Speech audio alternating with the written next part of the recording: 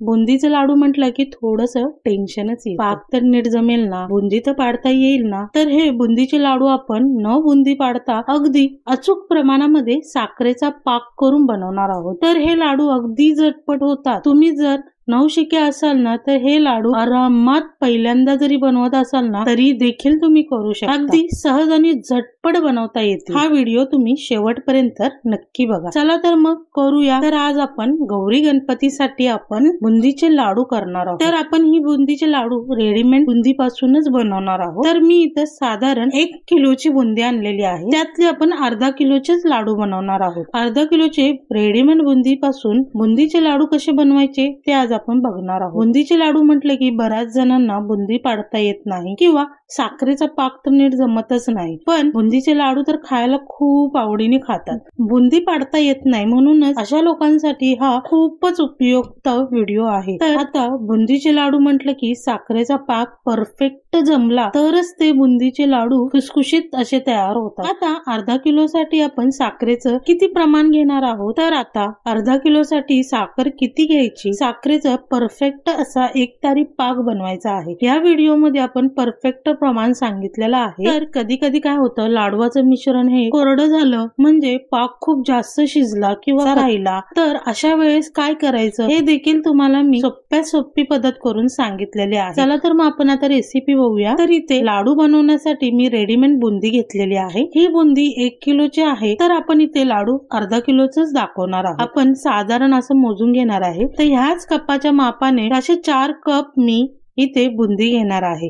या 4 कपाच्या बुंदीच्या मापाने आणि वजनी बनाल तर 500 ग्रॅम इथं आपण बुंदी काढून घेतलेली आहे. आणि जेवढी बुंदी असेल तेवढीच आपल्याला साखर घ्यायची. म्हणजे 1 किलो बुंदी असेल तर आपल्याला इथं परफेक्ट माप म्हणजे 1 किलो साखर घ्यायची आहे. तर आता आपण इथं अर्धा किलो बुंदी घेतलेली आहे, तर अर्धा किलो साखर घ्यायची आहे. तर ही बुंदी बघा खूपच बारीक आहे. ह्याचे लाडू बांधायला गेले ना तर खूपच छान दिसतात. तर आता आपली इथं मापून बुंदी तयार आहे. ह्याच्यामध्ये घालण्यासाठी एक तारी पाक आपण तयार करणार आहोत. मोठी कढई गॅसवरती गरम करण्यासाठी ठेवायचं आहे. इथं आपलं जेवढ्यात मोठं भांड आपल्याला वापरता येईल ना तेवढं मोठं भांड वापरायचं आहे, जेणेकरून पाक चांगला तयार झाल्यावर आपल्याला संपूर्ण बुंदी भांड्यामध्ये एकजीव करता येईल ह्याच्यासाठी. तर इथे बरोबर मी अर्धा किलो साखर घेतलेली आहे. या साखरेला मी कढईमध्ये घालून त्याच्यामध्ये साधारण 1 ग्लास पाणी घ्यायचे आहे, किंवा तुम्ही साखर बुडेल एवढी आपल्याला पाणी घालून घ्यायचं आहे.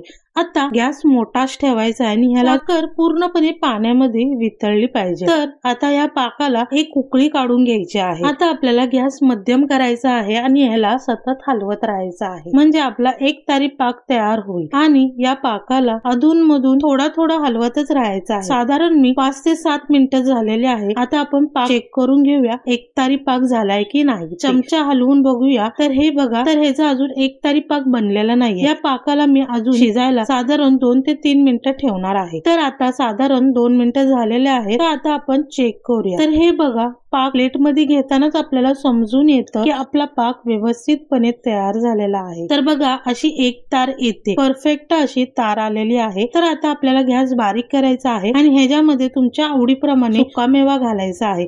मी इथं थोडेसे काजू, बदाम, चारोळ आणि मनुके थोडेसे मीडियमचे असे कट करून हा मेवा सगळा ह्याच्यामध्ये घालून घेणार आहे आणि साधारण 2च मिनिटं त्याला हलवून घ्यायचं आहे. आणि त्याच्यानंतर संपूर्ण बुंदी घालायची आहे. मग हे एकजीव करून घ्यायचं आहे. तर ही बुंदी व्यवस्थितपणे पाकामध्ये मुरली पाहिजे तसं आपल्याला मिक्स करून घ्यायचं आहे. तर आता मिक्स करून झालेला आहे. ह्याच्यावरती झाकण ठेवून त्याला साधारण 5 ते 10 मिनिट मुरून देणार आहे, म्हणजेच बुंदी सगळा पाक पूर्णपणे शोषून घेईल. मग लाडू वळायला आपल्याला खूपसा त्रास होणार नाही. आता आपले साधारण 10 मिनिटं झालेले आहेत. या बुंदीला आपण पुन्हा एकदा एकजीव करून घेणार आहे. मिक्स करताना वरची बाजू खाली टाकायची आणि खालची बाजू वर घ्यायची, अशी पूर्णपणे एकजीव करून घ्यायचा आहे. आणि पुन्हा ह्याच्यावरती झाकण ठेवायचं आहे आणि अर्धा ते 1 तास याला तसंच ठेवून द्यायचं आहे. ह्याला मी साधारण अर्धा ते पाव तास असंच ठेवलेलं आहे. तर हे बघा, आता काय करायचं, तर सुरुवातीला चांगलं मिक्स करून घ्यायचं. तर कधी कधी काय होतं की पाक तळाला जाऊन बसतो आणि वरची बुंदी ती कोरडीच राहते. तर यामुळे खूप चांगलं असं आपल्याला मिक्स करून घ्यायचं आहे. मग आता लगेचच लाडू बांधून घ्यायचं. आता तुम्ही इथं बघू शकता, बुंदी मधली थोडीशी बुंदी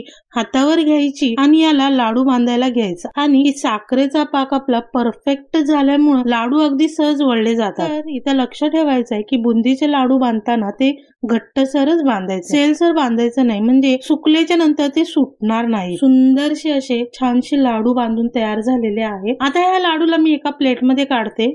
मग ह्याच पद्धतीने सर्व लाडू मी करून घेते, असेच बांधून घेणार आहे. फक्त लक्षात ठेवायचं आहे की मिश्रण थोडं कोमटच आहे, तवरच हे लाडू अगदी सहज बांधले जातात. जर हे मिश्रण थोडस थंड झालं की हे लाडू वळायला थोडेसे जड जातात. तर हे थंड झाल्यावर 2 मिनिटं पुन्हा आपल्याला गॅसवरती परतून घ्यायचं आहे, फक्त 2च मिनिटं. परतले की लगेचच लाडू आपण बांधून घ्यायचा आहे. आता समजा हा तुमचा पाक जर जास्त शिजला किंवा बुंदी खूप जास्त कोरडी झाली, लाडू अजिबात वळायला येत नाही, तर अशा वेळेस काय करायचं, तर लाडूच्या मिश्रणावरती थोडस कोमट पाणी घ्यायचं आणि ते थोडस हाताने शिपडायचं, अगदी थोडंसंच पाणी शिपडायचं. 5 मिनिटं पुन्हा झाकून ठेवायचं आणि त्याला मुरायला ठेवायचं. तर पाणी आपल्याला इथं फक्त शिंपडायचं आहे, वाटीनी पाणी घालायचं नाही. तर मग ह्याला 5 मिनिटं साधारण मुरायला ठेवायचं आणि मग लगेचच लाडू वळायला घ्यायचं. तुमचे लाडू अगदी सहजच वळले जाते. तर हे बघा, बोलता बोलता अगदी आपला दुसराही लाडू आपला तयार झालेला आहे. अशा पद्धतीने पटकन